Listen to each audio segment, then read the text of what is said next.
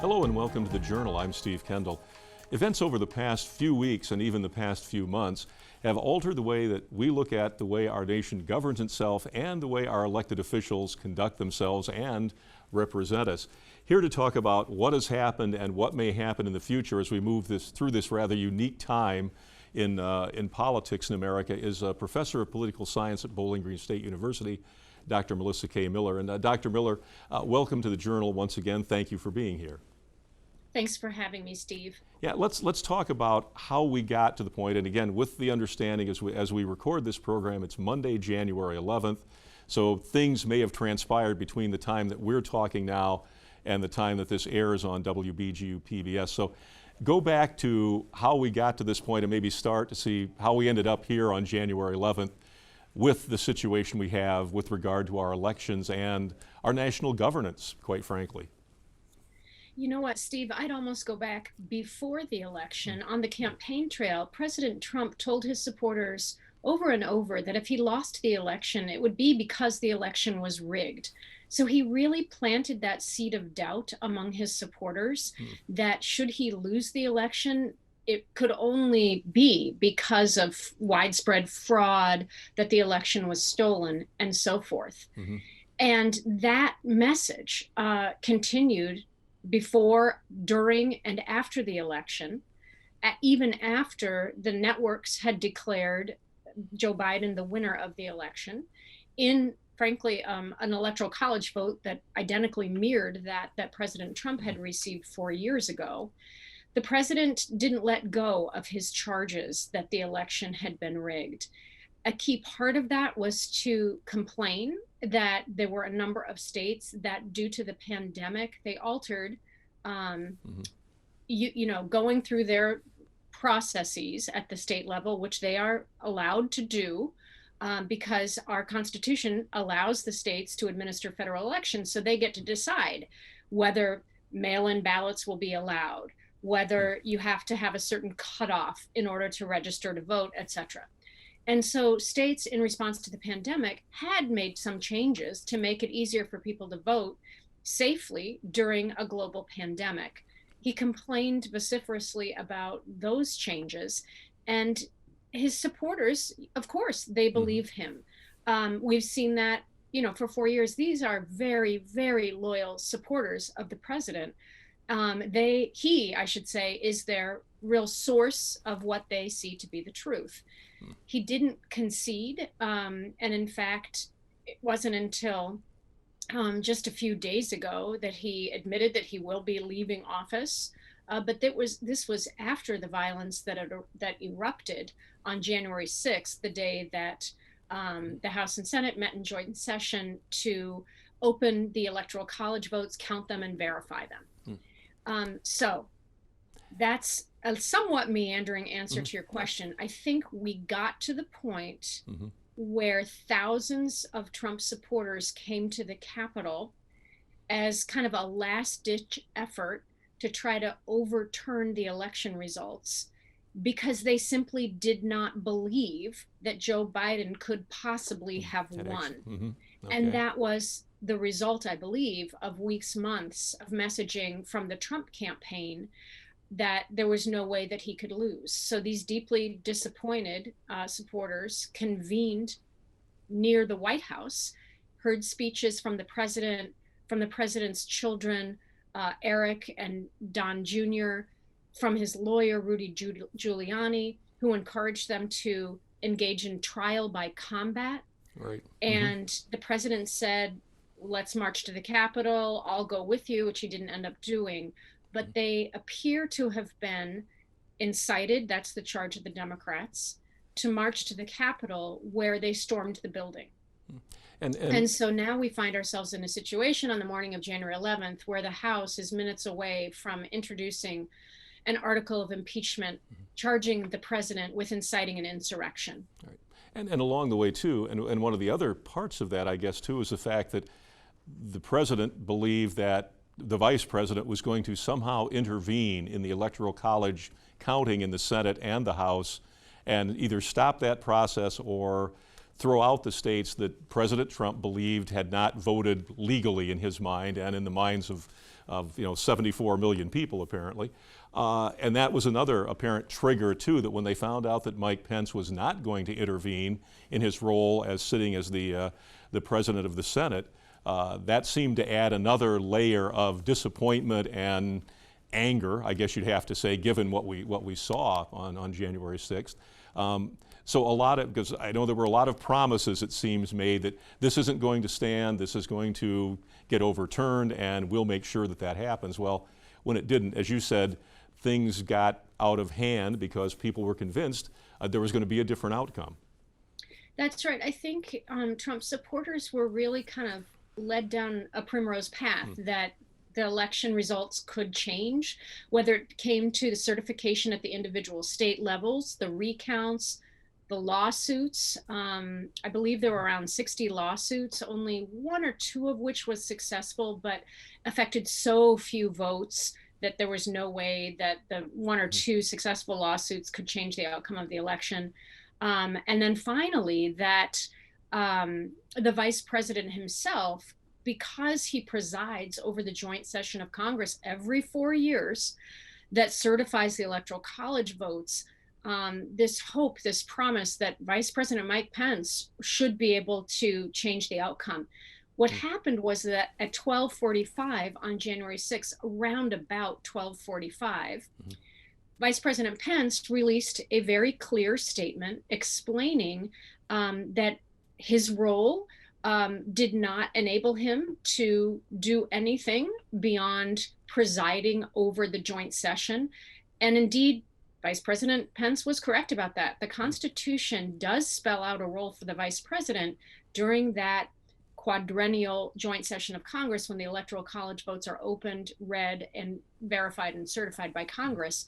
But he said there is no role, and so I'm going to carry out the duty of simply presiding over the joint session. And he was correct about that in terms of the Constitution. Well, that was, of course, a huge disappointment to the president, his supporters, his team. And there were, sad to say, chants about, I won't repeat them. Sure. I won't repeat them on television, but essentially among these people who stormed the Capitol to do violence to Mike Pence himself. Right. So he was put in danger, of course. Everyone in Congress was. We know the outcome. Those who saw it in real time or saw it afterwards saw the very violent images coming out of the Capitol. I do think, a key issue here, there are so many factors that explain how we got here, and I've mentioned some of them. I think one of the biggest problems we face now and going forward is that it seems that Americans no longer, or even both sides, can agree on the facts. So that Americans tend to live and we get our news in our little silos, where we can pick and choose. Americans can pick and choose to get their news from sources that will reinforce their pre-existing political opinions. Right. And those sources don't even seem to agree on the facts. So there was been some reinforcement on conservative talk radio, conservative cable news that has reinforced the president's charges. And those are huge factors. The one other factor that we can talk about, of course, is that there were Republican members of the House and Senate who challenged the Electoral College results in various states. And so their culpability is also an issue that is being grappled with. And many Democrats are accusing senators like Ted Cruz of Texas, Josh Hawley of Missouri, of being culpable in what went down at the U.S. Capitol on January 6th. Now, when we come back, let's talk about what transpired or started to transpire in the Senate and the House of Representatives before they were quite rudely interrupted, would be the nice way to put it, before there was a riot inside the Capitol building. So when we come back, let's talk about how that process started and how it finally culminated with the count that we kind of knew was going to be the case anyway. We'll be back in just a moment here on The Journal with Dr. Melissa K. Miller, Professor of Political Science at Bowling Green State University. Thank you for staying with us here on The Journal. Our guest is Dr. Melissa Miller, professor of political science at Bowling Green State University. We're recording this program on January 11th, and as everyone is aware, if you've been following politics and the national elections, that things are rather fluid. So maybe some of the things that we talk about today may have changed by the time you're actually seeing this, but we're going to do the best we can to keep up to date with what's going on. We got to January 6th under, as you described in the first segment, some pretty unusual circumstances for a presidential election in the United States of America. Talk about what started to happen and how things evolved when we actually began the joint session of Congress to deal with counting the electoral votes on January 6th. Yeah, it's so interesting. This happens every 4 years, and usually the major networks would never cover it live. Sure. You wouldn't see this on the three major networks covered live because it's a ceremonial opening of the envelopes, announcement of how many electoral college votes each state cast for which candidate and so forth. You might see highlights of it, in the evening news, and that's about it. But because of all the pressure being put by the president on Mike Pence, the networks, the cable news were, covering this with really back-to-back, wall-to-wall coverage of what should have been just a ceremonial opening of the votes. Now, what we knew going into it was that the numbers I recall were that about 140 members of the House and about a dozen U.S. senators or so planned to challenge the Electoral College results from various states. These were Republican members of the House and Senate who were going to challenge the results of individual states, states like Georgia, Pennsylvania, Arizona, Michigan, etc. Right. And they were already getting a lot of pushback from the Democrats on the other side that they were going to be essentially bringing unfounded claims of fraud to the floor of the House and Senate in doing so, because just to reiterate, about 60 lawsuits had already been filed by the Trump campaign, and none of them were successful. Even judges appointed by President Trump himself were summarily dismissing the complaints and charges by the Trump administration. Nevertheless, these Republican House members and senators were going to exercise their constitutional right to challenge the results. So what happens is the envelopes are opened in alphabetical order. I believe it's the third state in the list is Arizona. So the first challenges were made and under the Constitution, it has to be a signed letter by one U.S. senator and one member of the House. Right. Well, one U.S. Senator, Ted Cruz, challenged the results in Arizona along with a whole host, dozens of House Republicans. So under the Constitution, that joint session sort of split. The House goes into its chambers, the Senate goes into its chambers, and each debates the challenges for 2 hours. It was during that 2-hour debate that the Capitol was breached, that the Trump supporters at the rally had by then reached the Capitol and stormed the building. So that was interrupted. There are so many interesting implications, questions about how was the Capitol breached? Why was the Capitol not prepared? What will the implications be politically for Ted Cruz and others? So what down the road for, as I said in the earlier segment, some Democrats are claiming that because there were Republican members of the House and Senate willing to challenge the results, that sort of further egged on the disappointed Trump supporters to take action, that it gave credence to the allegations that the results were fraudulent, the election was stolen, and so forth. So it'll be interesting to see the extent to which they are held responsible at the ballot box when they come due for re-election. At any rate, your viewers likely know the rest of the story. It took a number of hours for the Capitol to be secured, but it was, I think, a remarkable moment when the vice president gavelled the joint session back into order at 8 p.m. that evening. The Capitol had been secured, And the joint session reconvened after these members of the House and Senate had to, in some cases, crouch under their desks, don gas masks, etc., essentially go into lockdown. And yet democracy was carried out, and the Congress carried out its constitutional duties. They are required to verify those electoral college results. It didn't happen actually on January 6th. It happened in the middle of the night on January 7th. There was an additional set of challenges that did have the signatures of a member of the U.S. Senate and multiple House members. Those were for the Pennsylvania results. There were also several other states where House members tried to challenge the results.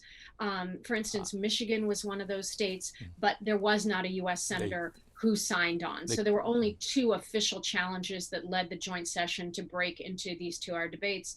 But ultimately, what we all knew would be the outcome was that President-elect Joe Biden was verified and certified by the U.S. Congress as the winner of the presidential election. Yeah, and I guess there was no way that the challenges were going to be approved, because there was a majority of Democrats in both the House and the Senate, and not enough Republicans to overcome any vote that would have said, yes, there's an objection to Arizona. It would have been defeated. It was refused in the vote that took place then to say, no, Arizona's electoral college votes are accurate and appropriate. So there was never any chance that any of those objections would have gotten a positive vote. And so that was another piece of it. There are several sort of ironies of this. And one was that the challengers in the House and Senate knew that they were not going to be successful. Right. And so they were heading into it already being subjected to criticism that they were feeding the fire, as it were. And as you say, it's because Democrats have control of the U.S. House, and all it takes is one chamber to vote down the challenge, and it's going nowhere. Right. The second interesting thing was in none of the states where challenges were made was there an alternate slate of electors that had been submitted. So you can look at if it had spun out differently, and if there had been enough votes in the House and Senate to uphold those challenges, which there weren't, and it was never even going to be close. But let's imagine that the challenges had been upheld by a vote in both chambers. There wasn't an alternate slate of electors that would have gone to Donald Trump to deliver him the election. Some analysts have said that the end result, if the challenges had been successful, wouldn't have been that President Trump got to stay in office, but that neither Joe Biden nor President Trump had enough electoral college votes to win, and therefore the presidency would go not to President Trump or Vice President Pence, but to the third person in line, which would be Speaker Pelosi. The Speaker of the House, which I'm sure was not the outcome that that Mike Pence or that Ted Cruz or any of those particular people wanted, but that would have been the outcome, because you make a good point, and one that not a lot of people thought about. Since there was no alternative to the electoral votes that had been submitted, it wasn't as if the votes automatically rolled to the other candidate, in this case President Trump. They just get wiped off and nobody gets to 270, and as you just said, maybe that means the Speaker of the House becomes the president for the time being, for however long that is. We've never had that happen, so I guess it would have been interesting to see how that would have played out. But yeah, you know, one of the things that really struck me was that going into it, Ted Cruz, Josh Hawley, Jim Jordan, Congressman of Northeast Ohio, they had faced criticism that they were, as I said before, sort of fueling the fire and continuing to sort of feed this notion that the results could be overturned and that the results were fraudulent. There had been no widespread fraud, and courts around the country had over and over confirmed and reconfirmed that there was no widespread fraud. You know, a few irregularities here and there, as is common in our elections. And so one of the things was that they were charged with or being criticized for going into January 6th was for engaging in just political theater. Right. They were just going to, while the cameras were running, make speeches challenging results on the House and Senate floor in order to give final attention to this notion that the election was stolen.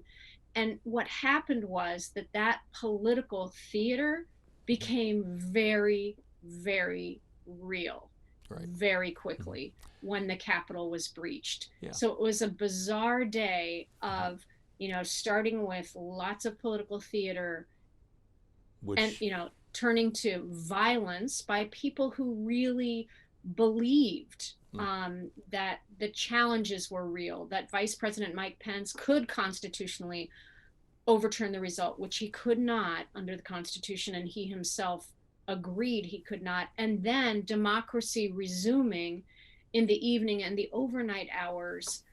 So some are saying, well, this is evidence that our democracy is strong. It withstood this challenge. right. I'm not sure it's as easy and pat as that. I'm not sure that the genie goes back into the bottle and that simply after January 20th, when Joe Biden is inaugurated as president, that those who stormed the Capitol, as well as millions of Trump supporters around the country, who are deeply disappointed and understandably so, but believe that the election was stolen, I don't know that they just say, oh, okay, I understand now. Yeah. Joe Biden is now our president. That's not going to happen. I think there are real concerns going forward.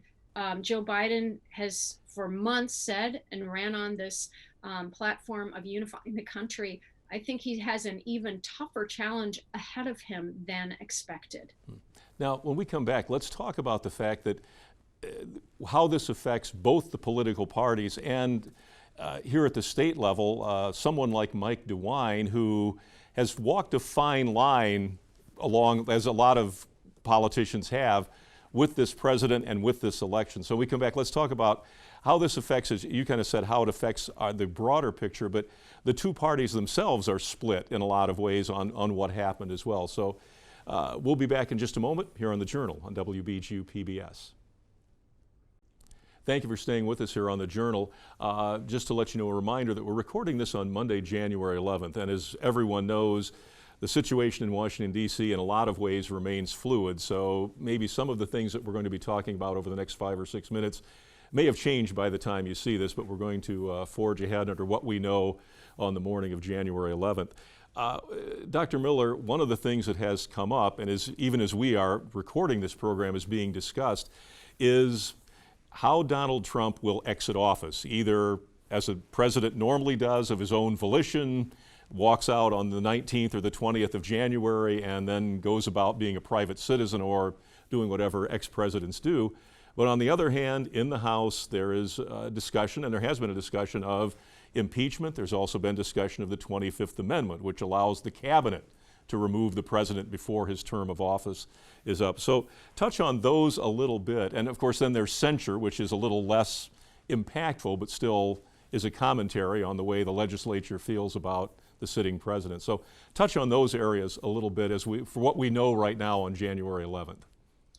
Well, what we know is that the president began to lose support amongst members of his own party essentially as soon as the Capitol was breached. So even after Congress came back into joint session at 8 p.m. on the night of January 6th, some of those members of the U.S. Senate, for instance, who had signed on to the challenges and said they would challenge the results, including Senator Kelly Loeffler of Georgia, had since changed their minds and ended up not challenging the results. So as early as the evening of January 6th, we knew that there was Republican support sort of being peeled away from the president. It had been so virtually rock solid, save for occasionally Mitt Romney speaking out publicly against the president and so forth.